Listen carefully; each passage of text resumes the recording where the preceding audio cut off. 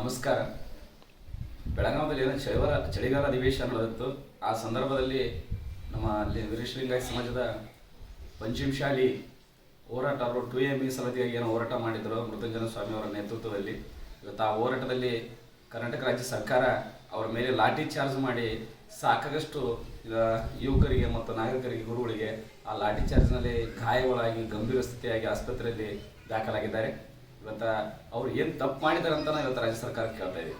ಇವತ್ತು ಭಾರತ ಸಂವಿಧಾನದಲ್ಲಿ doctor B.R. Ambedkar ಅವರು ಸಂವಿಧಾನ ಬರೆದು ಪ್ರತಿಯೊಬ್ಬರ ಹಕ್ಕುಗಳನ್ನು ಹೋರಾಟ ಮುಖಾಂತರ ಕೇಳೋ ಕೂಡ ಒಂದು ಅವಕಾಶ ಇದೆ. ಅಂತ ಒಂದು ಇವತ್ತು ಅಧಿವೇಶನದಲ್ಲಿ ತಾವು ಹೋರಾಟ ಮುಖಾಂತರ ಕೇಳುವವರಿಗೆಲ್ಲರೂ ಕೂಡ ಲಾಠಿ ಚಾರ್ಜ್ ಮಾಡ್ತಾರೆ ಅಂತಂದ್ರೆ ಎಲ್ಲಿ ಹೋಗಿದೆ ಕಾನೂನು ಅಂತದ ಪ್ರಶ್ನೆ ಮೂಡ್ತಾ ಇದೆ. ಇವತ್ತು ನಾವು ಕೂಡ ಕರ್ನಾಟಕ ರಾಜ್ಯದಲ್ಲಿ ಬಹುಸಂಖ್ಯಾತರಿದ್ರೂ ಕೂಡ ಇವತ್ತು ಈ ಥರ ಸರ್ಕಾರ ಕೈಗೊಂಡಿದೆ ಪ್ರತಿ ಲಾಠಿ ಚಾರ್ಜ್ ಅಂದ್ರೆ ಭಾಳ ದುಃಖದ ಸಂಗಾತಿ.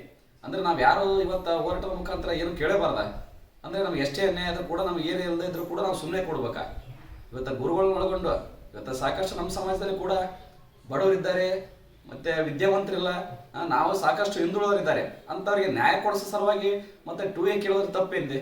ಇವತ್ತು ನೀವು ಕೊಡಲ್ಲ ಅಂತ ಹೇಳ್ಬೋದಾಗಿತ್ತು. ಸ್ವಾಮೀಜಿಯವರು ಕುಂದಿರಿಸಿಕೊಂಡು ಇವತ್ತು ಹೋರಾಟಗಾರರಿಗೆ ನೀವು ಸ್ಥಿತಿಗತಿ ಏನಿದೆ ಅಂತ ಒಂದು ಸಭೆ ಮಾಡಿ ಹೇಳ್ಬೋದಾಗಿತ್ತು. ಅದನ್ನು ಬಿಟ್ಟು ಏಕಾಏಕಿ ಇವತ್ತು ಲಾಠಿ ಚಾರ್ಜ್ ಮಾಡಿಗೆಸಿ ಈ ಥರ ತೋರಿಸ್ತಿರೋದು ಭಾಳ ದುಃಖದ. ಇದಕ್ಕೇನು ರಾಜ್ಯ ಸರ್ಕಾರ ಕೂಡಲೇ ಇದನ್ನ ಕ್ರಮ ಕೈಗೊಂಡು ಇವತ್ತು ಅವ್ರು ಏನು ಹೋರಾಟ ಆದ ಅದಕ್ಕೆ ನ್ಯಾಯ ಒದಗಿಸಿ ಕೊಡಿದ್ರೆ ಮುಂದೆ ಬಹುದೊಡ್ಡ ಪರಿಣಾಮ ಎದುರಿಸಬೇಕಾಗತ್ತಂತ ರಾಜ್ಯ ಸರ್ಕಾರಕ್ಕೆ ಎಚ್ಚರಿಕೆಯನ್ನು ನೀಡುತ್ತೇವೆ.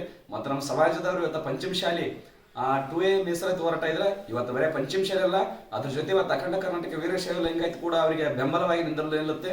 ಮತ್ತು ರಾಜ್ಯದಾಗಿರ್ತಕ್ಕಂಥ ಎಲ್ಲ ವೀರಶೈವಲಿಂಗ ಸಂಘಟನೆ ಕೂಡ ಇವತ್ತು ಅವ್ರ ಬೆಂಬಲಕ್ಕಿದೆ. ದಯವಿಟ್ಟು ಇವತ್ತು ತಿಳ್ಕೊಬೇಕು ರಾಜ್ಯ ಸರ್ಕಾರ ಕೂಡಲೇ ಮುಂಜಾಗ್ರತೆಯಿಂದ ಯಾರೇ ಹೋರಾಟಗಾರ ಇರಲಿ ಇವತ್ತು ಅಂತ ಹೋರಾಟಗಾರರ ಮೇಲೆ ಲಾಠಿ ಚಾರ್ಜ್ ಮಾಡುವಂಥದ್ದು ಬಹಳ ತಪ್ಪು ಅನ್ನುವಂಥ ಮಾತನ್ನು ಹೇಳುತ್ತಾ ಇವತ್ತು ರಾಜ್ಯ ಸರ್ಕಾರ ಇದನ್ನ ಕೂಡ ನಾವು ಧಿಕ್ಕರಿಸ್ತೀವಿ.